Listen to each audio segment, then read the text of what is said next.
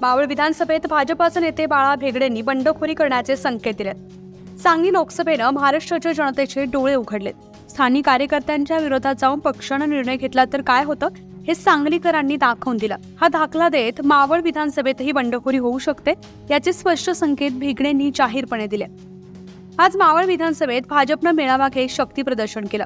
याद्वारे भाजपनं अजित पवार गटाच्या जागेवर हक्क दाखवला। त्यासोबतच महायुतीनं राष्ट्रवादी काँग्रेसचे आमदार सुनील शेळकेंना उमेदवारी दिली तर भाजप घड्याळाचा प्रचार करणार नाही असा ठरावही मंजूर केला। अभी नहीं तो म्हणून हे लक्षात ठेवा। हीच वेळ आहे महाराष्ट्रामध्ये मावळच्या जनतेच्या आशीर्वादावर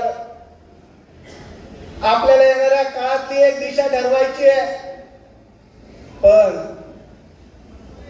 सांगलीच्या जनतेने महाराष्ट्रातल्या सर्वांचे डोळे उघडलेले आहेत। जर एखादा निर्णय त्या ठिकाणी जर त्या ठिकाणच्या कार्यकर्त्यांच्या विरोधात घेतला गेला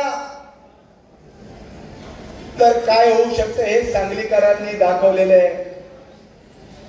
म्हणून महायुतीमध्ये मावळच्या जागेचा आणि मावळ हा भारतीय जनता पक्षाचा कालही बालेकिल्ला होता, आजही बालेकिल्ला आहे आणि उद्या देखील मावळमध्ये भाजपचा बालेकिल्ला असणार आहे। ज्यांनी भारतीय जनता पक्षाच्या पाठीमध्ये खंजीर खुपसला ते महाशय म्हणजे मला जर निमंत्रण मिळालं तर मी देखील जाईल।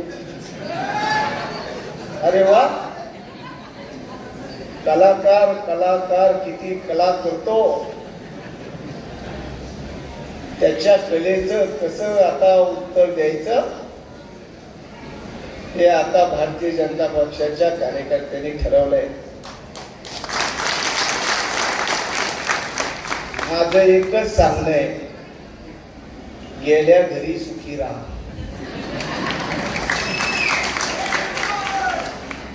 काय सांगितलं? भाजपचे दरवाजे कायमस्वरूपी